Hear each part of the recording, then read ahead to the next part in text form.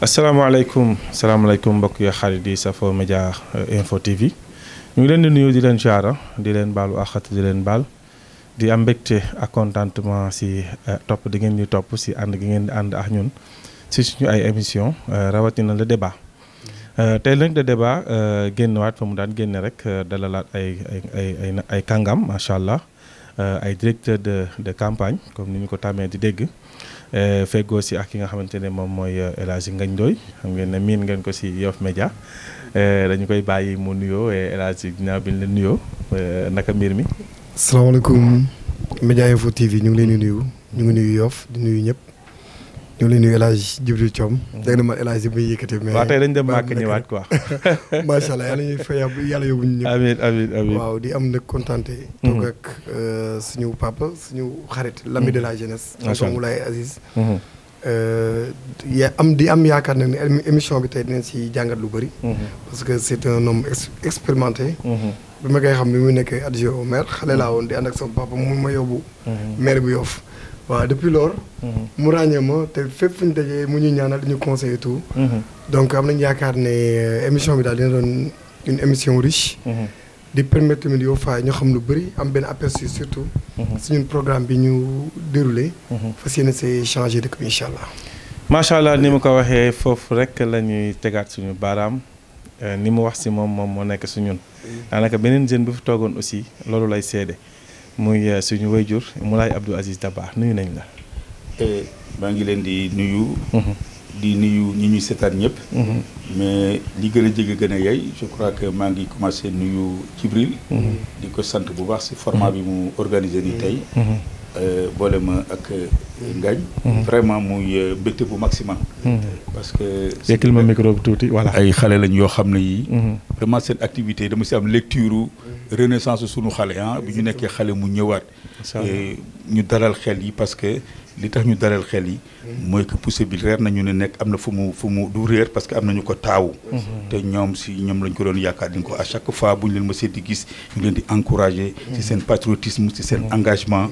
ci seen vraiment dévouement par rapport à la chose publique bi nga xam moom la ñu partagé ñi ni muy la politique de la localité et au-delà même c'est des garçons à encourager. donc c'est vraiment nos relèves. nous sommes très satisfaits d'être tey ak ñoom ci émission bu mel nii. nga xam ne àddina bépp ñu ngi koy seetaan. par l'occasion di leen wax bonne et heureuse année. je crois que je peux passer pour le dire. Merci beaucoup. Et d'y encore profiter de cette occasion pour souhaiter tout le monde une bonne et heureuse année, une année remplie de santé, de paix, bonheur, prospérité et de réussite dans toutes vos entreprises. Et un chiffre d'affaires flambant vraiment. Machallah, amin ñu bàyyi la waale nga présenté wu wax si ban bannière nga fi toogee. Voilà man maa ngi fi toogee si bannière coalition wàllu Sénégal. bi nga xamante ne que vraiment ki ko supporté mooy le parti démocratique sénégalais. nga xam ne moo diriger la grande coalition gagnante wàllu Sénégal. ñu ànd si ak acte bu Abdou Mbaye. tekki bu Mamadou Lamine Diallo. jot na bu Ndeye Sow. vraiment c'est une grande coalition. boo xam ne bi beaucoup de partis yoo xam ñoo nekk tout autour gravité aussi. bokk benn objectif. mais ñu jël lépp nag vraiment daal di ko mandargale. parti démocratique sénégalais boo xoolee bulletin bi donc tu as l'impression que c'est le PDS qui est là effectivement. mais on a préféré prendre la machine du PDS. pour dérouler quoi. macha allah am na solo defe naa ne su ma juumul yaay directeur campagne bi. voilà encore je suis le directeur de campagne et je suis la tête de liste proportionnelle. ah bon. maa tête de liste proportionnelle. mais c'est très bien. vraiment mu nekk suñu candidat nekk Mamadou Sarr. Mamadou Sarr mooy suñu candidat pour la commune de Yoff. commune de Yoff am na solo mbokk xarit yi le débat tey dafay dalal ñi nga xamante ne ñoom ñooy directeur de campagne yi comme ni ñu leen ko waxee bëgg woon nañ mu gën a yaatu mais am nañu désisté dernier moment. moo tax ñu mujjee am ñaari góor yàlla yi macha allah parce que yombul. mën nga bind programme te doo ko mën a défendre. exactement. wala doo fekkee sax fañ ko doon nase. moo tax lu difficile la ñu ngi comprendre gars yi. mais di leen wax ne mën nañu débattal ci yi di ñëw incha allah. Ngagne. waaw waxtaane programme ci 1 heure de temps. jafe na jafewul. exactement mais ñu juxat ci quelques points rek. exactement lu si mel ni ñu njëkkee ci environnement. exactement mu nekk point boo xamante ne bu essentiel la. tey am na maire sortant bu fi nekk def fi 7 ans. tey bu fekkente ne yéen seen wàllu programme. boo ñu doon présenté. la ngeen ci juxat ci wàllum environnement. ngeen bëgg ko laytaaye ci li fi jóge. waaw ndax da ngeen di mottali. wala li fi jóge baax na. wala déet.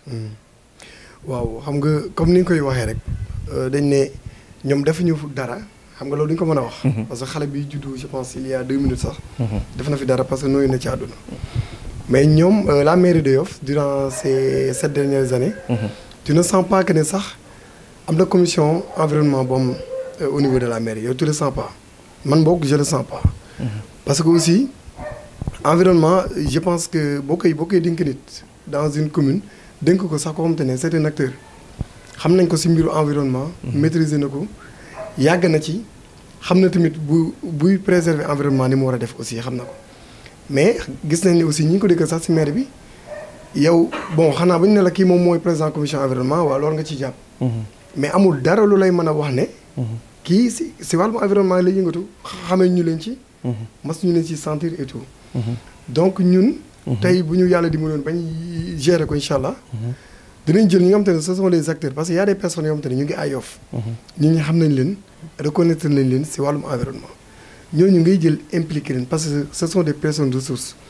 yow nag bu yore une commune da nga utiliser ressources yi nga am yëpp. dans un premier temps doo leen ko yemale ci ñi àndoon ak yéen pour gagner maire bi kese. non parce que ñun. boo xoolee sax ñi composé la coalition Yewwi Askan Wi. je pense que ñoom dañ jël patriotisme jiital ko ci lépp. donc dañ jël amour bi ñu am ci seeni terroir. jiite ko ci lépp.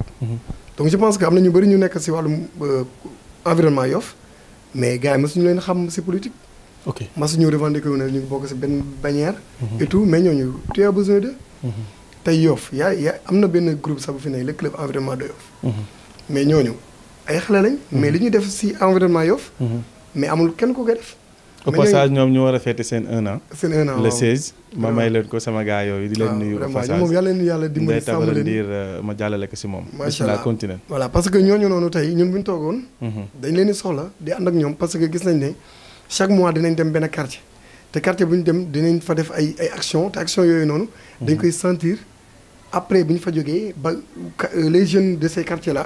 dañu pérenniser ces actions continuer ko. donc ñooñu ñoo xamante ne la. maire yi chaque instant daf leen war a taalal loxo. di leen jàppale lépp loo xamante ne nekk nañ ci. ñu taxawu leen ci. muy en matériel et tout. alhamdulilah sax parce que Seydina moom yàgg na leen jàppale si matériel. waaw suñu candidat su ma déggee nga dafa mel ni seen point boobu. si seen programme environnement bi. dañuy nar a toog. donc woo gars yi pour bokk ak ñoom pour xalaat. oui bien sûr. noonu ngeen ko bëgg a doxalee concertation. parce que aussi bu la yàlla dimbalee ba nga mën a jiite. am pinc. mais doo xeeb kenn idem. xale bu ndaw bi sax da nga ko war a déglu parce que mu ngi bokk li naa mbaam gàtt na mais si jur gi la bokk. bu fekkee liggéey rek moom la tax a jóg. di nga soxla avis ñëpp. donc ñu concertation. la ñuy soxla foofu parce que environnement mooy li ñu wër. waaw li la wër bu baaxul. yow sa santé mënul baax sa dëkkuwaay mënul baax sa dara mënul baax. donc doon na une chose essentielle. te ñun comme dañu marcher vers l' essentiel. donc mënuñu négliger détail pas ay détails sax mais li ñu wër ñun mënuñu ko négliger. parce que si lañ nekk. waaw li nga nekk moom mënoo ko négliger. am na solo Ngagne Ndoye mu nekk candidat mu nekk directeur campagne Yewwi Askan Wi. nga xam ne Baye Seydi moom moo nekk si tët bi. Moulay Abdou Aziz. dégg nañ Ngagne li mu wax ñoom selon seen programme bu ñu toogee concertation la ñu jiital def les hommes à la place qu'il faut. su ko defee dëkk bi mën a kii yéen selon yéen seen environnement selon li nga xamante ne aussi ñoom ñoo fi génne muy le maire sortant bu ñu da ngay lay taayee ñoom fi ñu daanale wala jàpp nga ne ñoom. li ñu def aussi vraiment si wàllum environnement dara doxul. waaw c'est-à-dire man si wàllu environnement bokkuma ak ñoom gis-gis. d'accorduma lool ak ñoom si seen bilan wu environnement. d'accorduma si ak ñoom si point yu bëri bëri. et c'est vrai pour def environnement bu baax d'abord gestion participative la war a nekk. exactement parce que ku wax environnement. def naa yaa ngi jëkk xalaat set. al-fatu minal iman. donc set bi ñun ñëpp la war. exactement donc moo tax la gestion participative bi moo war a nekk credo bi. donc ce sera la fête de tout le monde et de tous. ñëpp ñoo ko war a porter mu nekk seen biir. en tout cas ñun li ñu jëkk xalaat ci wàllu environnement bi. mooy nemmeeku nañ ne bouchage yi dafay bari. si dans à peu près dans tous les coins de Yoff. Yoff koñ boo dem rek. da ngay gis mu ngi ball nga. c'est-à-dire. su ma waxee ne dañuy def un réseau de branchement pour tout le monde c'est pas possible. peut-être on peut le faire avec la coopération décentralisée nga xam ne pour yaakaar des partenaires de jógee yeneen gox yeneen i diwaan yu gën kawe ëpp koom ak doole ñëw dimbali ñu parce que compétence yi la bokk mais li ñu waxoon ci côté boobu nga baal ma mais au début li ñu waxoon amatul ni ñoo waroon filtrer ndox mi et tout ça mu war ko sànni et tout ça loolu lépp dafa mujjee nax saay waaw xam nga bu fekkee da ngeen koy boole ci seen c'est-à-dire boo xësee ba yor dige passé na promesse nekkatu fa je crois que li nga lalee woon pour campagne pour ba yor dëkk bi da nga war a duréel da nga war a dérouler da nga war a vraiment mettre en pratique li nga doon wax nit ñi man loolu laa gëm c'est-à-dire moi je suis persuadé qu'au lendemain du 23 si Dieu nous prête cette mairie jox ñu ko pour quelque temps nous allons poser des actes très forts par rapport ak l'environnement dinañu di fexe ba réhabiliter au moins le réseau c'est-à-dire dindi bouchage yi ak tout ça là yooyu yëpp soo ko dindee peut-être dina commencer am fluidité benn bi yu bari dana wàññeeku loolu c'est à un coût 1000 fois moindre que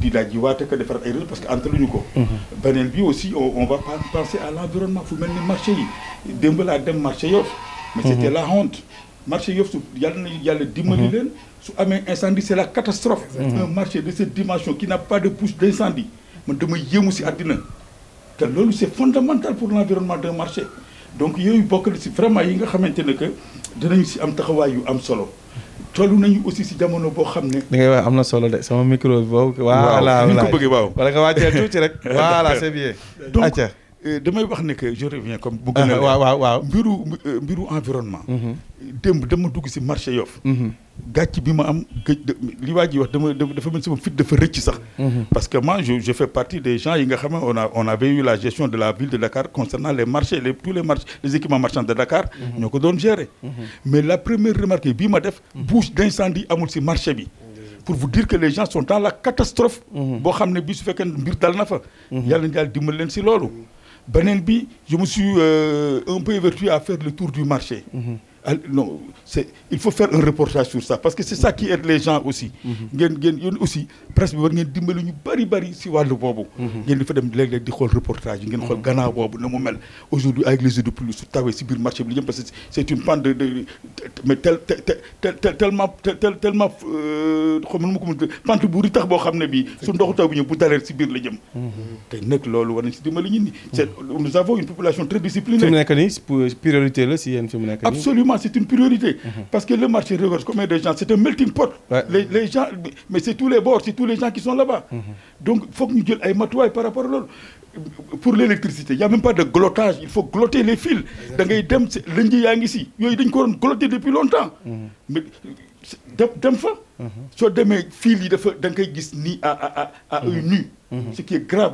yamu sa sax mais ay lënj ñoo si nekk nga xam ne si toutefois que mu am coupe-circuit lënj yooyu ñooy taal bi dafa mel ni essence boo sotti si kaw taal lënj loolu tax mu graaw boo gisee marché su amee incendie muy am des dégâts yoo xam ne collatéraux loolu koy indi loolu koy indi donc loolu bokk na si vraiment li ñu xalaat si wàllu environnement bi et encore beneen bi nemmeeku nañ mais jàkk yi si environnement bi la bokk mais amul benn jàkk bu gars yi di fayal courant ndox te dafa jaadu déet waay ban la je les défie fii na ñu ñëw génne facture yoo xam ne toutes les ñu ne mosquée tàngam ñooy fay courant ñooy fay ndox c'est les gens qui les payent les comités de gestion li may wax lu leer la mais c'est la catastrophe dans cette commune donc yooyu dañ ko war di dénoncer dañ ko war a wax on n'est pas là pour yàq bilan wu kenn wala pour xas kenn on est là pour bien faire su fekkee ne defaguñu ko bu leen yàlla dimbali ñu jëlaat maire nañu ko def ñi bu ñu jëlee maire bi ñu def ko ñun bu ñu jëlee maire bi ñu def ko parce qu'il y va de notre intérêt loolu si dafa bokk si ay points environnement yoo xam ne dafa am solo trop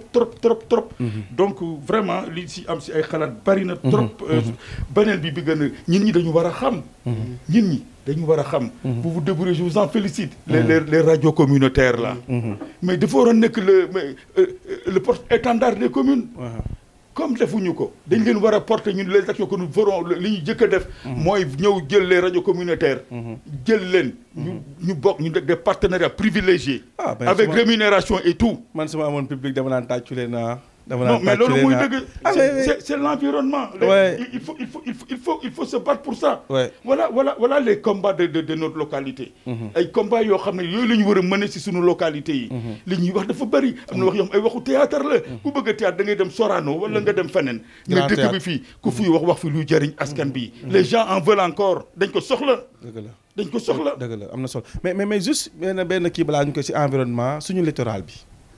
mais suñu littoral bi dañu gis ne association bu juddu daf fay dem nettoyer 2 mois.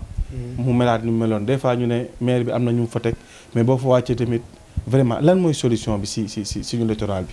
c'est-à-dire je rejoins Ndoye. waaw il a raison. xam nga lu indi loolu. parce que ñi koy gérer c'est un clientélisme politique. clientélisme politique mooy indi loolu. c'est des gens yoo xam ne yi dañ leer dara leen si fekk même quand ils croisent les bras dara leen si fekk. parce que le travail il peut être bien fait aujourd'hui. mais s'il n'y a pas de suivi permanent. le suivi de la salubrité dafa war nekk lu permanent. mooy tax mu am durabilité set bi di am. mais boo defee tuuti wala léeg-léeg sax bu nga ne ba 9h ñëw xool rat taal dem sa yoon. amul suivi amul dara y' a pas de code de contrôle si littoral bi. les gens doivent contrôler le travail dañ ko war contrôler. waaw vraiment liggéey bu day noonu. littoral bu day est-ce que jël ngeen ko en compte. mais absolument mais l'environnement c'est le cœur de tous les programmes. boo lire les programmes des candidats des différents candidats yi ma xam yëpp. mais l'environnement est au cœur. mais c'est un cri de cœur de tout le monde. Vos cris de cœur sont dans nos programmes. am na solo littoral bi. waaw pour rebondir kon moom ci li mu wax. surtout que violation bi nga xamante ne. littoral bi le littoral Yoff mu ngi koy subir.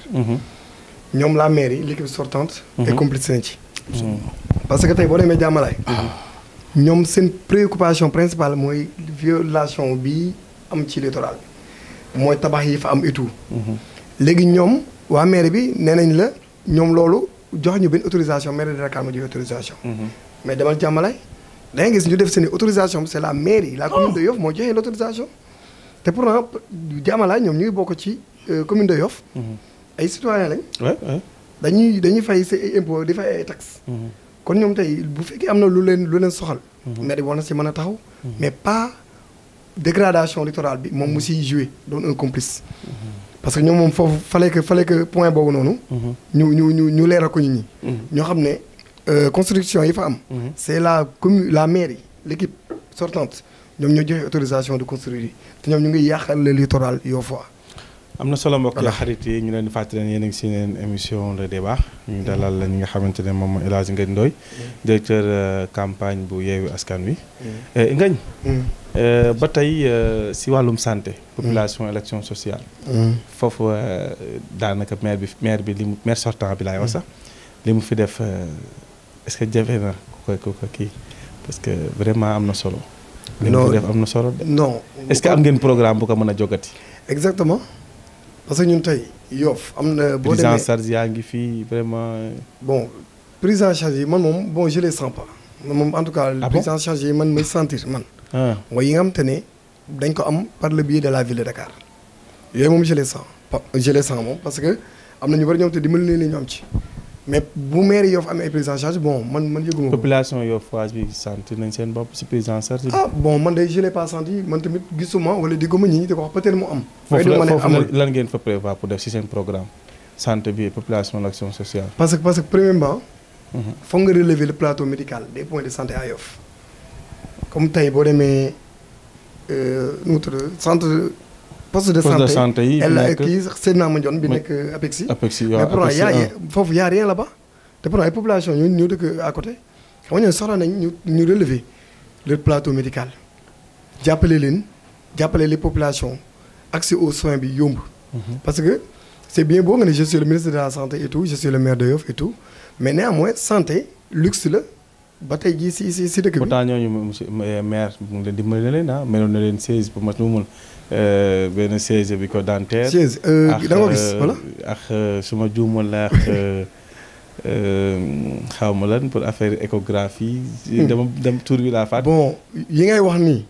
bu fa amee dina ma jaaxal man. non si. bu fa amee moom dina ma jaaxal moom vraiment bu fa amee moom dina ma jaaxal. mais en tout cas il urge de relever. le plateau médical de Yoff. surtout tamit. doyloo woo li mu def. non doyloo ma ko franchement. on ne sent pas que le maire de Yoff est le ministre de la santé man moom je le sens pas. Ah bon? Ouais, parce que bu fekkee politique de santé ñu ngi ko yemale si ay dotation en comprimé. wala parfois ngay def benn matériel. indi def sa cérémonie bu mag. mais bon loolu c'est pas ça la santé parce que tey ñu ngi gis ne ay actions yu bëri yu ñuy def. si santé Yoff ce sont les Yoffois de l'extérieur ñoo koy def man ñoom laay gis de la diaspora man ñoom laay gis à chaque fois ñu indi fi matériel boo xam te nee nañ lii vraiment c'est du lourd lii war na mën a changer lu bëri à part lii mairie de Dakar def jàppale woon Félix Senghor parce que amoon na sax benn liste boo xamante ne publié woon nañ ko et tout bi gars yi naan le maire de Dakar n'a rien fait à Yoff et tout donc Yoff devait sentir vraiment que son maire est le ministre de la santé bañu doon problème parce que tey le mutuelle de santé bu Yoff mais dafa dee mais mutuelle bi nga xamante ne moo war a dimbali si action sociale moo war a dimbali di population ñu am accès bu gaaw wala bu yomb ci santé ñu seetaan ba mu dee léegi à quelques jours du scrutin nga bëgg a def quelques actions bëgg xel nit ñi non mais amul sens parce que nit ñi aussi mais la vie ne se limite pas à la campagne du campagne bi rek la dund yam avant la campagne nit ñi doon nañu am ay soucis léegi moom bu leen le ministre maire la bu leen dimbali woon dëgg mais loolu du dee mais yor sa xaalis moom campagne ñëw comme ñoom dañuy def inauguré tali mutuelle de santé exactement relever ko vraiment doter tamit les écoles primaires ay points de santé des femmes aussi pour les enfants et tout relever le plateau médical surtout des postes de santé yi nekk Yoff nga relever leen parce que ñooñu ay postes de proximité lañ en fait dañ nekk à proximité des populations donc balaa nit ki di feebar nga koy utal oto koy bu Félix Senghor je pense que population bi nekk Tungur war nañ mën a am ay soins wala lépp lu ñu soxla à côté seen poste de santé bi fa nekk am na solo exactement am na solo wax dëgg yàlla Moulay est-ce que si côté boobu am ngeen si du lourd su fekkente ne jël nañu en charge maladie troisième âge ak gars yooyu vraiment bravo maa ngi leen di féliciter si loolu lu rafet la maa ngi leen si féliciter bu baax di leen si encourager bu ñu jëlaatee maire bi ñu gën ko def bu ñu ko doo jëlee gën ko renforcer mais man je portais le cri du cœur des cités nouvelles aéroport depuis quand aéroport nekk fa amul poste de santé c'est une honte ñun bu ñu jëlee maire bi santé lu ñu laa jëkk a def mooy zone yi nga xam amul mais c'est les premiers réceptacles de malades fa la ñu jël les premières constantes les tensions et cetera mais imagine toi que tension jàpp ñu war ko jëlee aéroport par exemple jëmale sa ko Yoff diggante bi lu ne xaj na si te mu mënoon am réceptacle foofu amul poste de santé aéroport lu ñuy wax di nax ne wooy poste ba fa newoon nañ poste ba fa newoon nañu négocier pour def ko poste mais du noonu nañ dañuy yàq si xaalis li ñu ko yàq si xaalis si commune bi est-ce que tabax fa woon poste de santé jël nit affecté ko fa les cités nouvelles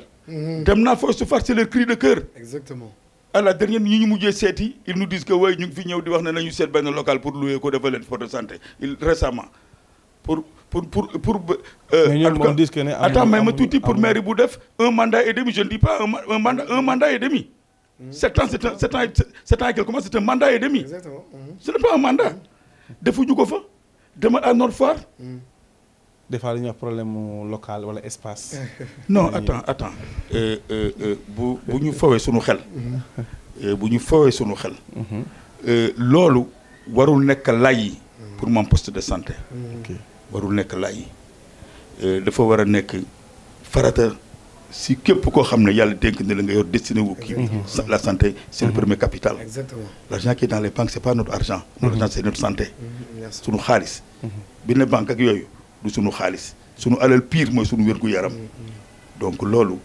war nañ ko lijjanti lu mu gënee gaaw man loolu si wàllu santé bi loolu laa si gën a wax on nous parle de relever de plateau médical relever nañ plateau médical bi wooye et cetera mais Ndoye l'a dit tout de suite la diaspora mais parce que le levier de la coopération n'a pas été activé bu ñu ko activé woon les Yoffaat de la diaspora mën nañu indi bu ñu defoon ay poste de santé ak lu ne bu ñu ko defoon mën nañu indil matériel bu nekk et puis relever le plateau ñun yaakaaruñu si un ministre wala dañ ko indil nous avons mis en place des CDS pour le développement sanitaire c'est des comités qu'ils ont mis en place mais Philippe Senghor te sort combien de millions par mois moi j'ai géré le centre de Cambérène je l'ai déparé avec 0 carreau pour vous dire à 0 on m'affecte à Cambérène avec un médecin chef 0 je me suis débrouillé pour en tout cas essayer d'amener ba ñuy jël suñu responsabilité en tant que kooku waa di indi les comités et les CDS ils avaient trouvé que ne ñun fexe nañ ba def chaise dentaire des appareils iono lu nekk laboratoire tout est fonctionnel échographie on l'a acheté sur fonds yoo xam ne yi mu ngi jóge ci population yi et pourtant ce sont leurs hommes la ñuy def ci CDS yi di ko campagner di dindi ñi nga xam ne compétence dañ fa toogee indi fa des gens parce que c'est des gens qui sont dans leur rang politique c'est ça encore les francs qui loolu mooy freiné dëkk bi. tant que on n'a pas réussi à élaguer la philosophie politique pour di gérer les structures publiques comme ça. si yu mel ni la ñuy dañuy dóor suñu loxo si ëkk te du ñu dem. Exactement. On les interpelle. mais nañ ñu wax combien d'appareils la ñuy jëndee le CDS ñoom ñoo mettre en place CDS ña fa nekk ñoo leen nommé nañ ñu def seen moi j'interpelle le CDS pour qu'il nous fasse leur bilan bañ fa toogee ba léegi ñu def ko sur papier andi ko jumaa ji aju muy jox ko ñëpp ñu xam ne lii la ñu fi liggéey si wàllu pour relever le plateau technique il faut waruñu xaar Diouf sax rek di indi ay matériel un peu partout. wala ñuy xaar de l'extérieur te l'extérieur dafa metti les conteneurs dafa metti il n'y a pas de prise en charge bu ñëwee fii le maire day gën a xaalisam fay kenn gën a xaalisam fay pour ñu jàppale leen mais war nañu activer une politique boo xam ne parce que nous sommes un démembrement de l'État war nañu am ay exonération par rapport au matériel qui nous vient de l'extérieur l'État doit nous exonérer ça parce que ça va daa si population yi la jëm parce que ñoom ñoo décentraliser bàyyi ñoo ko suñu bopp pour ñu mën a def loolu seen dimbal mooy ñuy defal exonération par rapport ak li ñuy jële bitim réew mu ñëw di dimbali askan bi mais dañ koy fay dañuy bëgg a dee si douane bi dañuy bëgg a dee si transport bi. am na solo. donc loolu aussi il faut que ñu bàyyi ko xel. am na solo. bon encore une fois je m'excuse on n'est pas là pour faire le tribunal de qui que ce soit. On est là pour mettre le doigt là où ça fait mal. On est là pour mettre le médicament là où ça doit soigner. loolu moo ñu fi indi tey. effectivement am na solo mbokk yi xarit yi noonu la ñuy jaaree nuyu les doomu Yoff de l'extérieur. Merci. ma tudd si sama xarit Ngaabu rek baj mu yóbbaale ji si des. AS aussi ñu ngi leen di nuyu ñoom tamit di leen siyaara ñoom ñi nga xamante ne ñoom ñu ngi foofu aussi. vraiment di def lu am solo comme ni ko gars yi waxee mbokk yi xarit yi bu kenn bougé ñu dem page pub ñëwaat léegi-léegi. waaw lu bees tàq diggati na bergerie Al Mahdi yu Muntaza mu ngi judd le 2 juillet 2020 nekk 100% Saloum Saloum bergerie Al Mahdi yu Muntaza daal feeling dañu ko jaay détail grossiste lañu ci yéen éleveurs yi yéen ñu sopp élevage bëgg élevage di ko dundee daw leen gaaw see bergerie Al Mahdi yu Muntaza daal foofu la fekk baax élevage daal ñoo koy rendre ses laiteurs de noblesse nekk 100% jur gi laadum papa ji mu ngi nekk requin fils de gaynde Saloum ay waay Saloum Saloum yi daal kenn du yéen la fille mu ngi nekk jigéen ci biir jigéen yi nekk ndaanaan ci biir ndaanaan yi kooku ngay xam ne buy dox nga xam ne vrai lam tooro ngi noonu kooku mooy la fille de Bilal et de Férouz ay waay jur gi laadum daal bergerie daal Al Mahdi yu Muntaza la fekk baax au 77 635 16 29 ou 78 177 66 14 avec bergerie Al Mahdi yu Muntaza ay l'élevage va reprendre ses laiteurs de noblesse. voilà mbokk yi xarit yi ñu dellu siwaat si suñu plateau le débat tey muy dalal ñaari kàngaam comme ni leen ko waxee léegi ñoo xamante ne ni vraiment macha allah. ñu fas yéene waxtaanee programme mu parti politique yi nga xamante ne ñu ngi nekk en période de campagne damay dellu si waat non tey damay commencer sama xarit quoi Moulay. waaw maa yoon président d'ASM quoi. voilà. de son président du club. aywa Moulay yu gis éducation bi des fois mu bari coow. vraiment ba tey dañuy laajtaay li fi nekk parce que foog ñu am référence. ndax li fi nekk da ngeen di dolli wala li fi nekk da ngeen ko fi pousse indi seen touche ci seen programme. tout n'est pas mauvais parce que njàng mi mais dañ ko bëgg def wareef pour képp koo xam ne kii war na mën a jàngi en tout cas une école pour tous. donc loolu je crois que moo war a nekk yitte ak yéen a ñëpp. mais li ñu war a jëkk def ñun bu ñu jëloon maire mooy réhabiliter école yi. école yi soo si duggee xam nga nekk amatul dignité wu école sax ay tablement yoo xam da nga gis benn bande dañ mu des benn trait xale di si toog loolu si action yu jëkk a def la vraiment de defaraat école yi parce que itam xale bi pour mu jàng foog mu nekk si benn environnement bu jovial ba fàtte ko bu ñu gënee ne xale da ngay gis classe bi dañuy def ay dessin yu rafet si classe bi dafay animer xale bi dafay tax muy participer si classe bi mais tey ji boo duggee si classe yi da ngay yéemu si àdduna donc yooyu yëpp yu ñu am yéene taxawaat si la beneen bi ëpp solo mooy nivellement social u élèves yi c'est-à-dire fexe ba xale yi ñoom ñëpp ñu am uniforme bu ko defee kenn du xàmmee doomu kii am ak ki amul disparité boobu lañ bëgg nañ ko xeex ba nga xamante ne que ba pare dafa am njariñ parce que bu ñu seetee bu ñu ne par exemple élèves yi nga xam ne ñu ngi dëkk Dagoudane les tailleurs de Dagoudane ñoo leen di ñawal ñi dëkk Ndenaat les tailleurs de Ndenaat ñoo leen di ñawal on donne de la matière aux tailleurs donc yooyu yëpp dafa bokk si li nga xamante ne que lu ñu war a taxawee la et c'est regrettable lu mel ni école arabe bi c'est vrai que xeex ngeen taxaw na mais ñun bu ñu nekkoon maire fekkuñu ko fi ñun maire bi ñoo ko jël en charge dañuy wax naan oui non du suñu compétence du suñu nangam. mais école privée la quoi mais waaw mais école yi xam nañ ne même bu dee école bi c'est école sociale. école arabe ñun ñi xam nañ loolu. mais bi si ëpp solo sax day patrimoine. yàlla na yéex si ñun ñëpp. tey kuñ fi tëraloon tey au jour où je te parle et à l'heure bi ki lay ñaanal fa la jànge Bassine mi mara si école boobu. lu wér nga wax. Quand j'étais adjoint au maire de Mamadou Diop, chargé des questions de l'éducation, la première chose à faire, moi, de me les amis des familles religieuses, la famille Signobari, ils m'ont mis en rapport avec les Libyens. Djibril, je crois que tu te souviens bien. Bon, deux discussions, j'ai même dépêché l'ambassadeur de la Libye, assister à qui. Parce que moi, j'étais un peu en avance si Khalat Signom.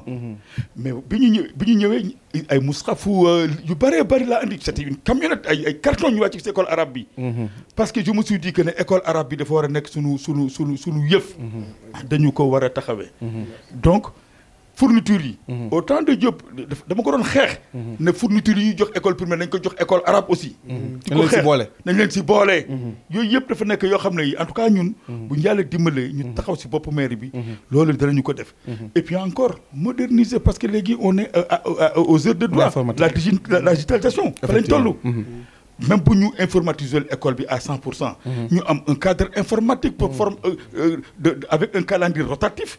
Déjà, fait que les gens ont un si jumtuka yi nga mo bess mais demal ban école la ngay toucher du doigt ne voilà ça c'est la réalisation informatique pour de la commune. Amna salle informatique et ñaata xal ñu yak yo xamné jënd na ordinateur bo amé peut-être 100 000 150 000 tu l'as. Dans toutes les écoles on peut le faire. On crée une salle qui peut recevoir 25 pupilles pour former l'ENSI à tour de rôle même avec un travail de week-end c'est possible. Et puis encore dimbali daara yi dañ leen war di subventionner dimbali leen xam ne si la ñu bokk bu ñu wax ne que njàngu nasaraan yi tubaab yi ñoo ñuy nax mais ñun duñu ko nangu li gars yi doon wayal Abdoulaye duñu ko nangu mais loolu duñu ko nangu on va se battre pour ça pour xale bi sax di jàngi bu wàccee dem jàngi alxuraan wala arab ak leneen pour saytu diinam xale bi nga xam amul beneen mu ngi si jàngu bi sax ñu am ay partenariat ak seen diocèse yeeg yooyu ñu mën di fa dem di saytu seen diine loolu dafa nekk li nga xam dafa nekk suñu wareef ñu war ko def ba pare li gën a rafet école yi war nañu ko reboiser école yëpp dañ ko def reboisement total de toutes les écoles en appui ak une borne fontaine de rotatif les élèves di koy arroser ñu gagner si encore en environnement parce que le quartier bi mu jégé sax goudi gi c'est vrai que c'est l'hydrogène mais bëccëg bi l'oxygène tout le monde en bénéficie c'est des choses extrêmement importantes pour l'éducation mais gis nañ ne que yooyu aussi vraiment dafa xaw a sooxe il te dit way defar nañu benn école fii nangam mais doon taaru na école ban moo bi ñu defar Ken Giro d'accord école bu taaru na de taaru na nag taaru na c'est une école bu taaru mais c'est vrai mieux vaut tard que jamais mais en matière de politique publique il faut pas être à la charrue il faut pas être en rade combien de temps les parents ont souffert pour cette école et ça pouvait se faire depuis longtemps comme li ma la wax un mandat et demi c'est pas 2 jours c'est pas 3 mois avec un budget qui fleure à peu près les 2 milliards presque du ay caaxaan du ay fo dañ ko li am solo lañ wër de ëpp def investissement yi c'est vrai mais fo bi dafa xaw bari dañuy dugal ay mbir yoom si fo bi lay dem te afa xasitumu ana ma xalaxnaakum abasan non des fois dëgg dama am imam en même temps voilà alaaj ngañ looy wax ci seen programme si wàllum éducation voilà bon xam nga équipe municipale yi fi nekk l'équipe sortante bon ñoom ñu ngi jëm mais le problème mooy dañ foog ne école wala l'éducation ci réhabilité ak don de fourniture la yam parce que bon ñoom man si ñaari activités yooyu laa nga xam école buy waaj ñëw nga gisee ñu nekk di dugal ay photo naa ñu ngi réhabilité ñu ngi peinture ñu ngi changer porte defar nañ toilette bi et tout wala ñu def ay don de fourniture yoom te ne événement boobu sax du pour les élèves mais pour ñoom la parce que dañ koy politiser affaire politique lañ koy def en fait mais tey Yoff dafa màgg y a les cités nouvelles y a Ouest Foire qui regroupe plus de 50 cités nga dem Nord Foire mu doon ay dizaines de cités. mais ñooñu soxla na ay infrastructures scolaires. tey suñu écoles yi nga xam te ne fa la pour revenir un peu en arrière sax ñooñu ils ont besoin sax de postes de santé ñooñu su bëgg maa ngi jégalu nag si arrière bi. mais waaw fa la que ñu ne ko ñooñu ils ont besoin de tout. parce que ils sont restés en rade par cette commune ñooñu ils ont besoin d' infrastructures scolaires. léegi tey nous vivons au 21e siècle. le monde a évolué écoles yi soxla nañ du matériel reprographique soxla nañ des imprimantes soxla nañ des ordinateurs comme ni ko monsieur le maire sànq waxee parce que adduna dafa avancé boo bëggee nag sa ëllëg sa xale yi raw xale yi yeneen communes yi pour ëllëg si bi ñoom ñu raw maguñ yeneen communes yi. donc il faut da nga fiy mettre. comment dire ça da nga koy def passion en fait. développement sa éducation dëkk da nga koy def passion. da nga koy def yitte parce que loolu mooy la base de tout mais bu fekkee éducation moom nga gën a comment dire moom nga gën a négliger say mbir mais yow dañ la war a xoolaat quoi en fait. parce que doo ne yow da nga diriger une commune bëgg a commune bi avancer. li nga xam te ne moom moo ko mën a jëmale kanam. muy l' éducation la base yow nga koy négliger. en tout cas ñoom nañ xam ne. éducation yamul ci. defar ay peinturaat ay école defar porte defar toilette. joxe fourniture. sànq monsieur le maire mu ngi wax sax kaaw école arabe bi parce que kaaw école arabe bi école arabe patrimoine la école arabe Malick Sy comme ni mu ko waxee tey moom moo formé presque la quasi totalité yi. imam et ulema yi nekk Yoff actuellement. ñi nga xam ne lépp lu am. dëj muy bànneex ngénte et tout tudd ñoom ngay oo ñoom nga ci yaakaar. donc ñooñu pour man sax war nga leen mën a delloo njukkal. yow ñoom fi nga xamante ne foofu lañ jaar te ñoom seen bëgg-bëgg majeur. boo ko si école boobu noonu tey am benn avancement bi am benn renommée bi. yow nga jàppale leen ci. mais pas ay magu jëm ay muskalaf nga woo leen. gëmuloon benn projet ne di nga si jàppale de 400 millions et tout bañ def seen maquette et tout. nga toog di leen seetaan. après un jeune Seydina dem yàlla dimbali ko mu utiliser ay liom ay partenaires am ay connaissance am lu mu fi dugal. après yow nga doog a réagir donc loolu kenn xamul lan la. donc maire bu mel noonu. Yoff mënul am yaakaar ci moom. ah donc ñun moom nous ne voulons plus. de ces maires là mais maires yoo xamante ne day am vision si seen dëkk.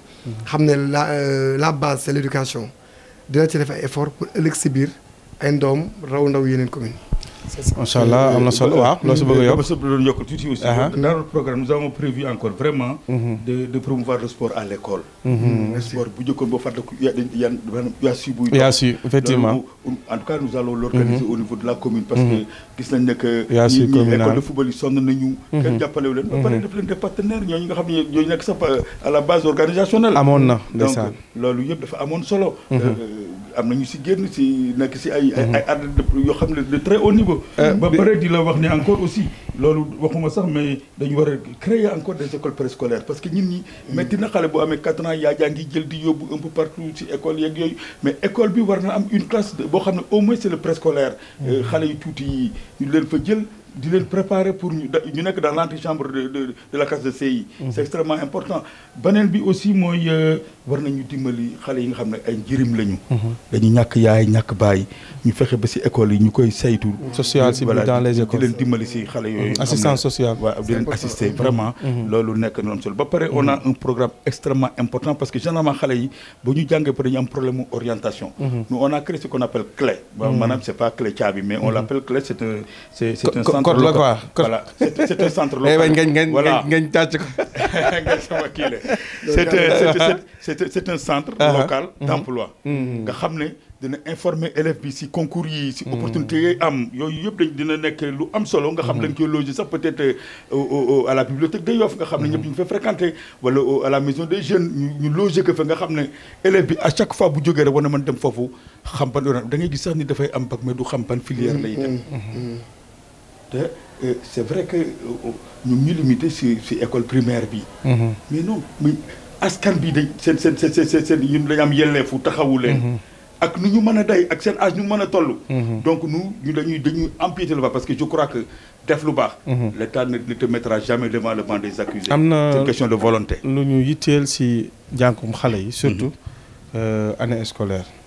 mooy dañu seetlu ne commune bi dafa bari fo. ay jeux. ay pari foot. ay babi. ay PlayStation ay nang maanaam dañuy ubbi de ce fait xale yi n'importe quelle heure ñu ngi si mbedd mi est-ce que tamit loolu. xalaat ngeen si am ngeen si. exactement. parce que tamit il faut ñu dimbali nit ñi si côté boobu. exactement parce que xale en fait da nga koy occupé. waaw boo ko occupé wul. dina defe leneen. c'est moo vrai tax ñun dans notre programme.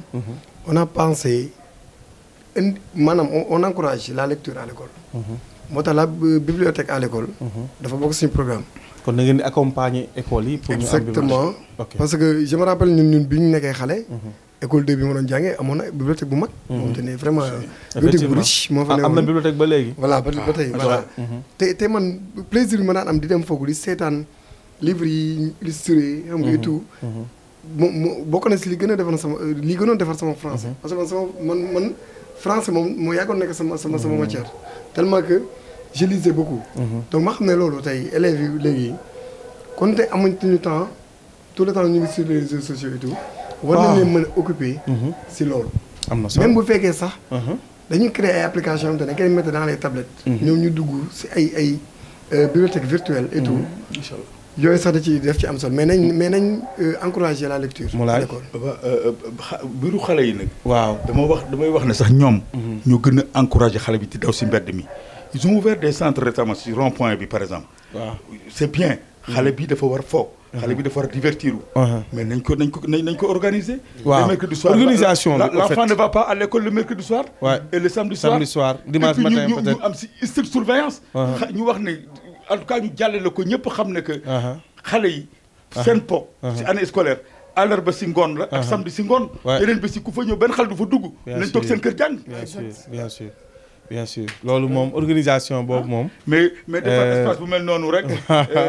daal di xale yëpp daw fi mu ne bu tax sa ñuti xale da ngaa yéeg ñëpp dañuy daw rek dem foofu nga. di njoowaa nag mbarak laa yeeg. bàyyi leçon ba kër ga. dëgg la am na solo si noonu la ñuy tarxiisee jëm si wàllum sport loisir. sport bi bon sport bi aussi on en a vraiment. lan ngeen préparé parce que sport bi macha allah waaw demal waaw. macha allah de li fi nekk aussi est-ce que neex na fi indi leneen. wala li fi nekk sport bi li fi nekk gisuloo ko yow tamit. ba léegi dama lay laaj directeur. waaw sportif nga. waaw j'étais président d'ASC pendant plus de 10 ans. li fi nekk fan la yóbbu équipe phare bi. équipe phare bi. fan la ko yóbbu mu ngi national 1 de. di jongante. waaw. donc bon certainement gars yi dinañ wax ne oui stade bi et cetera mais bravo stade bi baax na mais tey dama am la honte de ma vie encore at. ndigees lan. dama dugg ci Facebook bi gis ñu lal benn gazon mais quand j'ai vu aux alentours stade bi parewul sax ñu lal gazon c'est pas ça bu ñu foyee suñu xel ba pare bëgg a foyee xelu nit ñi. maa d'accord naa stade bi pare ñu def lépp lim pare nañ ñu def lépp lal gazon bi. après le lendemain ñu inauguré wala sur le lendemain. mais demal tey l'environnement du stade. demal xool ce qu'on a prévu de derrière pour les magasins et tout ça là dara parewul. faut pas ñuy gaawantu. amul gaawantu bu ñu ko yeggaliwul ñi ñëw yeggali ko. mais am na ñu mérite def ko fii on les en félicite ñu ngi leen di féliciter si loolu di leen remercier. mais bu ñu précipité wu yàkkamti yàqule lay jur.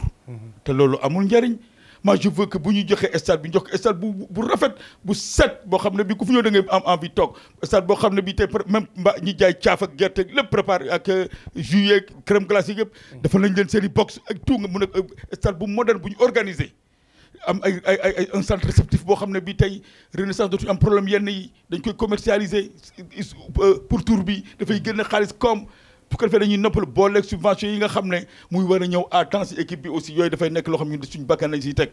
du ñu def ay subvention di xaarloo gars yi ñuy bëgg a dee di fëgg gauche droite di fëgg ndooy di la fëgg ak keneen pour mu def dooleem si équipe beeg yooyu. loolu je crois que ñun bu ñu jëlee maire bi ça c'est des questions qui seront derrière nous qui appartiendront à l'histoire. sport loisir jeunesse. waaw bu ma doon noté moom côté boobu la commune de Yoff 2 sur 20 laa leen di noté. ngañ moom franchement ngañ moom dafa soxor. non franchement non c'est que man dama commenté. ngañ gars yi dañuy def si sport yëpp jël fekk ay subvention 2 millions. yóbbu ko ay 20 millions. yan subvention. bu RS Yoff wala bu RS Yoff. waaw yow tamit nga naan ay 2 sur 20 yow tam ngañ. non ñoom pendant 7 ans ñoom lan lañu wax ñu ne chaque année doon nañ subventionné gars yi à hauteur de 15 millions loolu la ñu waxoon. waaw loolu lañ bind de. loolu lañ bind. waaw am na benn panel bu ñu ko waxee woon. waaw mais y a un élu. un conseil municipal bu dugg. mu ne depuis 7 ans yi. li ñu dugal ñoom si subvention moom bu mu rappelé wu. matul 20 millions. loolu c'est pas un problème. ah c'est un problème. waaw ñun on a un stade municipal. pendant combien d'années ñoom 2016 dañu njëkkoon wax ne dinañ ko inauguré. nous sommes en 2022 tey lañu ni doog a teg tapis. te xam nga ne alentour yi pareegul. donc tapis boobu dañ ko dindiwaat. parce que affaire yi teg xel la. moo tax ñun de pour sport Yoff jëm kanam. bokk na si suñu programme. Sénégal am na tey fu mu toll. sport bi gën a dox Sénégal bal actuellement mooy beach soccer. parce que lu mu dee ñoom ñu ngi indi ay trophée. ñu ngi jëli coupe di dem ay quart de finale ak demi-finale. léegi nag mondial. macha allah jàmmalaay mu ngi nii. la cité jàmmalaay am nañ plage bu yaatu macha allah. foofu nga def fa benn terrain beach soccer. ci jàmmalaay yow yaa ngi jooy léegi naan xaw ma non les littoral DM bi gars yi. non parce que ñoom non parce que loolu sax dina servir à préserver sax le littoral. ok ñoom fi ñu def terrain bi sax. xanaa kenn du ñëw fekk seen terrain di ko tabax. c'est vrai voilà c'est vrai. créé fa lii beach soccer. léegi la natation sport la mais dafay defar santé. jàmmalaay tamit. parce que cité nouvelle yi foog ñu sentir aussi que ne si commune bi lañ bokk. nga def fa benn piscine. piscine boo xamante ne sportif yi Yoff yi dinañ fa mën a dem di entraîner ji. te dina sax indi benn intégration sax si population entre les populations yoffoises. waa biir Yoff di jógee fii di dem foofu. waa jàmmalaay tamit di jógee foofu di ñëw fii si yeneen stade yu fii nekk et tout. donc sport daal boo bëggee mu jëm kanam da ngay xool jamono ji li mu laaj li nga xamante ne am nañ njariñ. nga def ko nga bañ a politiser surtout les instances sportives. parce que tey xam nañ ne politique. moo yàq RS Yoff. politique moo yàq zone sud de Yoff. c'est ça la vérité. mais boo bëggee tey ñun bu ñu toogoon. kon monsieur le maire Sénat ni mu koy waxee. dane kii ko gën a jege bu bëggoon tey RS Yoff. da koy xañ non bu bëggoon tamit zone sud de Yoff da koy xañ mais da koy jox koo xamante ne am na amour ci sport Yoff waa.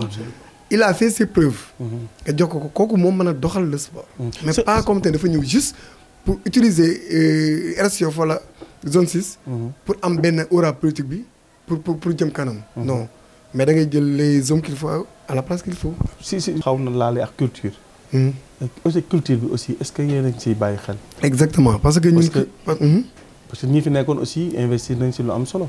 ah bon. waaw comme des millions c'est ban côté. ban fànn. dégg nga yi man damay laaj. non boo ñu laalalee fenn nañu si fànn bi ñoom def nañ ci daal lu concret. waaw man nangu ko. mais aspect culturel bi nga xamante ne moom mujjee am rek mu nekk tuuru Maam Diarra. waaw wala culturel la bu am solo. waaw mais tur joxe rek gis nañ si kii bi ñu ne joxe nañ si 8 millions. mais tur loolu lu am solo mais je veux que préciser parce que 8 millions c'est au nom de la commune de Yoff. Exactement. Je suis de la commune, vous êtes de la commune. Je suis conseiller municipal. Moi qui vous parle. waaw. C'est l'argent de la commune. exactement. oui c'est l'argent de la commune. Ouais, je crois que c'est bien de contribuer hein. Je suis parfaitement d'accord ñu contribuer si kii bi. dafa war a nekk même si agenda bi c'est fondamental comme ni ñu ko prévoir dans tous les budgets c'est bon. mais am na yu ko gën a yoo xam ne mu ko beneen boo xam bu amaat farata la. par exemple on doit vendre sur le plan culturel. la yéen par exemple. Jàmmalaay. c'est un patrimoine culturel religieux boo xam ne tey te site la yoo xam ne war nañ ko mën a dundalaat ba nga xamante ne. valoriser nos sites culturels. valoriser ko pérenniser ko même. pérenniser ko mu am visibilité. tey je suis parti à Ndengaañ par exemple mënoon nañu def benn arc à l'entrée de Ndengaañ place Mame Latir fa la ñuy reyee seen kii yooyu di wax. nga ñëw ñu def benn arc bu rafet benn dans l'environnement. ku jàll dina xam ne fii voilà dafay site la. yu si nekk ñu mandarga ko ba nga xamante ne que dafay attirer ba pare ñu jaay la culture dañ ko war a jaay. la culture pour mu am doole du yem fii rek mais on a une richesse culturelle boo xam ne mën na rapporter gros ça peut même être même bi nga xam moom la ñuy sànni sax partenaires yi lokk ñu xëcc leen ñu ñëw li taxaw askan bi. sur le plan culturel. les jeunes. j'ai pitié. dégg naa ñu leen wax woy nañ leen defal naan mais yooyu dama ne c'est dafa doon nekk des actions de première heure. mais il paraît que stade bi ñu ngi fay tabax benn complexe kii je pense que musical ou bien en tout cas si musique la jëm. oui teg nañ kii bi daanal nañ bâtiment waa rugby bi sax foofu lañ ko bëgg a def fi ñu daanal bâtiment waa rugby bi. dañu bëgg a def non si biir stade bi. am na benn bâtiment bu rugby bi tabaxoon noonu. doon fa def seen ay activités yenn yi di fa regrouper foofu la ñu démolir. kon ñu fay tabax benn. voilà ma jox la par exemple pourquoi ce qui fait notre différence tey. nous par exemple la lutte c'est le sport traditionnel. Oui. Yoff a connu des couloirs. Exactement. waroon na am foofu sax ñu tabax benn salle boo xam ne pour la lutte. Bon peut-être ñi may dégg dinañu naa kii dafay faral la lutte parce que la lutte de Yoff maa ko créé l'écurie de Yoff de toute pièce sans accompagnement ni rien maa yëg wàcc ba teg récépissé seen loxo maa li ñaa maa jëkk utal ko licence moo dil ma récépissé mag ay photom donc je me suis battu pour que Yoff am écurie donc li nga ma wax léegi am na lu ko ëpp doole foofu est-ce que mënuñu fa woon def par exemple ñu def fa benn salle de musculation salle boo xam ne xale dañu fay salle vraiment complexe sportif buy dimbali waa lutte bi. donc d'entraînement salle bu moderne équipé ko. jël fa un moniteur ak ñu koy nettoyer ça crée de l'emploi un tout petit peu sax loolu jaaduwul woon foofu. def fa benn musée boo xam ne bii nous allons faire ku fa dugg di nga sa xel dem si Baye Talla Diagne Baye Jaraaf Samb. Malick Niang Santa et cetera. ñu xam voilà ça c'est ñu xam ne li suñu patrimoine sportif la. bien que ce soit culturel mais c'est encore sportif. c'est important c'est nos gloires. qu'on fait les bonnes heures du sport sénégalais. donc yooyu ñun vision boobu lañ si gën a am que pour R&B beeg le mouvement hip hop. mënoon nañ ko def bu yàgg xale yi kañ lañ commencé yëngatu si wàllu rap. mais la ñu génne benn boo xam ne bi sax am na labelu la ñu génne seen benn compil boo xam ne am na sax parrainage yu maire yi la commune de Yoff ñu ne ki génne single bi am na sponsor commune de Yoff on peut pas attendre aux dernières heures na wala ñu defal nangam mais yoo xam ne ça ne coûte rien des studios d'enregistrement moi y a tellement de musiciens man maa leen yóbbu dans les studios ñu enregistré ñu bëgg je sais pas de nom mais bari nañu feu Habib Faye yóbbu naa fa 2 musiciens xam ne du ma seen tur mu defal leen ay enregistrement Pape Oumar Ngom il accompagne c'est des gens que je connais que je côtoie. am na solo donc loolu waroon nañ mën a am salle bu yàgg boo xam ne mais saalu njëw bële par exemple bi ñu def njëw bi sax moo nañ fa prévoir lu mel noonu. mais journalistement ça prend pas d'espace c'est une question de 4 mètres carrés tu le fais. am na solo malheureusement la ñu dese si temps bariwul bëggoon nañu waxtaane ay points yu bëri xanaa la ñuy tëjee ak nan ngeen bëgg a planifier seen programme nga defaale kàddu gu mu jege incha allah. voilà dafa mel ni yow sax man maa ngi lay bëgg a ragal parce que ni nga indee émission bi ni ma gisee mooy que dafa mel da nga jël yi nga xam ne mënta ñàkk nga jiital ko. en tout cas moi on a planifié à peu près la même chose que yéen. ni nga ko indee. parce que priorité yi nga indi. maa ngi xool programme bi à chaque fois. dama naan li ñuy def baax na. parce que noonu lañ ko prioriser ni nga indee débat bi. vraiment noonu la environnement bi. éducation bi sport bi santé bi.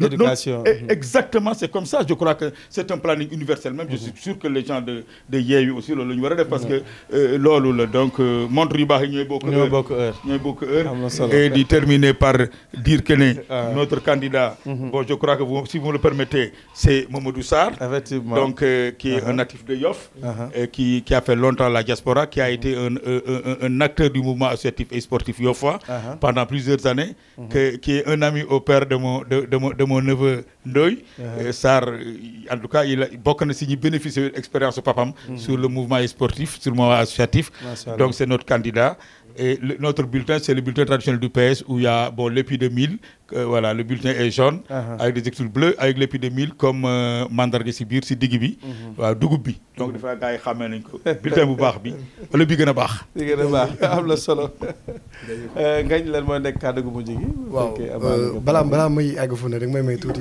parce que côté culture am na développé mooy waaw ñëwal foofu une minute rapidement voilà parce que Yoff est une commune très riche culturellement mais ñun dans notre programme li ñu njëkk rek mooy répertorier le patrimoine culturel yoffois après ériger une maison de la culture nous pensons aussi à créer un circuit touristique et religieux à Yoff léegi Yoff boo fi duggee automatiquement sax bu ñuy wax ci diine sax aussi day dem ci Seydina Limamou Laye moo tax xalaat nañ prévoir nañ créer un musée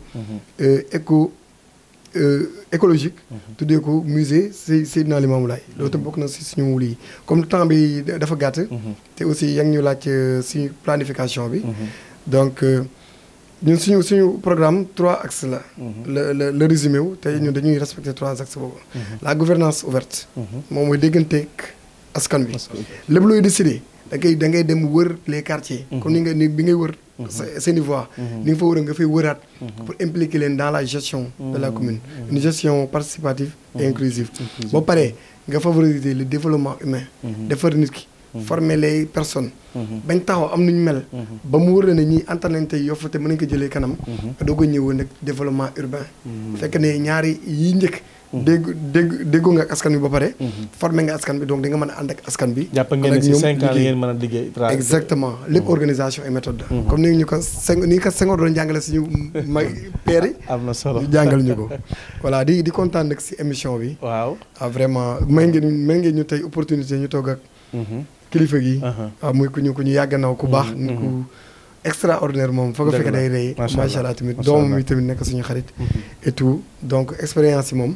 xam naa ne beneen camp bi bu ñu dégloo émission bi dinañ defaat seen programme inclus suñu proposition tu vois parce que amuñu ku amul bilan moom programme safa la wax voilà ils sont trop forts si côté boobu noonu. jaajëf gañ jaajëfal lu baax waaw ma tëj rek 30 secondes en 30 secondes voilà vraiment Yoffaas et Yoffaas maa ngi leen di wax ne vraiment j'appelle à tout le monde ñoom ñëpp lay woo candidats yi que ñu cultiver la paix et le monde ne s'arrête pas au lendemain du 23 janvier maa ngi wax vraiment ñun ñëpp ñu xam ne ñoo bokk yaay ñoo bokk baay ak lu mën a xew le lendemain nous serons toujours ensemble parce que toutes les coalitions seront représentées à la commune donc nañu ko rafetal ku yàlla jox ñu xam ne jox na la ku mu xañ ñu xam ne xañ na la parce que loolu la yàlla mooy joxe te buy joxe bu dindi day rékki donc loolu nañ ko bàyyi xel moom nguur di ko joxe nañu rafet njortu ñun ñëpp góorgóorlu suñu bopp bañ a yàq mbokk gi bañ a yàq xarit gi bañ a yàq diggante yi jàmm rek di am bañ sànninte xeer bañ tojante bopp bañ tojante oto bañ sànninte vraiment ñu def jàmm lépp nekk si jàmm mu terminer si vraiment yéen aussi di leen remercier di ñaan yàlla kër gi nekk si kër yi gën a kawe si réew mi vraiment Yoff Média Info kenn mënu leen fay ñu ngi leen di ñaanal yàlla may ngeen ñu opportunité bu am solo tey parce que am na lu bari lu suñu dënd waaye génn nañ si lu tuuti pour waxtaane ko ak askan bi ñu ngi leen di sant di leen gërëm yàlla bu mu nekk suñu mujj gisee yàlla dimbali leen taxawu leen lu ngeen dëgmal dàq li ngeen wan gannaaw yàlla faj seen aajo yéen ñëpp vraiment Ouzin encore le directeur général yàlla may la wér ak sa équipe ak sa personnel yëpp ngeen am xéewal sutura ak teranga te bu ñu fàtte surtout que ne vote bi 2 la bu ñu gaa yi fàtte ne vote bi 2 la waaw ñaari yoon la ñuy voté am na solo te dañu voté bulletin bu baax bi nag bulletin bu weex bi am picc bi rek macha allah mbokk yi xarit yi mu nekkoon seen émission le débat ñu doon dajal ki nga xam te ne moom mooy El Hadj Ngagne Ndoye ak ki nga xam te ne moom mooy Moulay Abdou Aziz Dabakh vraiment ñu nekk ñu disponible macha allah di leen sant di leen gërëm ci disponibilité bi wax dëgg yàlla di leen jaajëfal bu baax a baax a baax waaye di gërëm sama caméraman yi vraiment sama technicien yu ñaawul yi ñaan yàlla def jàmm di sant di gërëm ñi nga xamante ne aussi ñooy safoo émission bi di ñu topp saa su nekk yal na yàlla defal leen tawféex macha allah mbokk yi xarit yi di leen jox dig daje ci beneen émission ci yeneen invité asalaamaaleykum wa rahmatulahi taala wa barakaatu.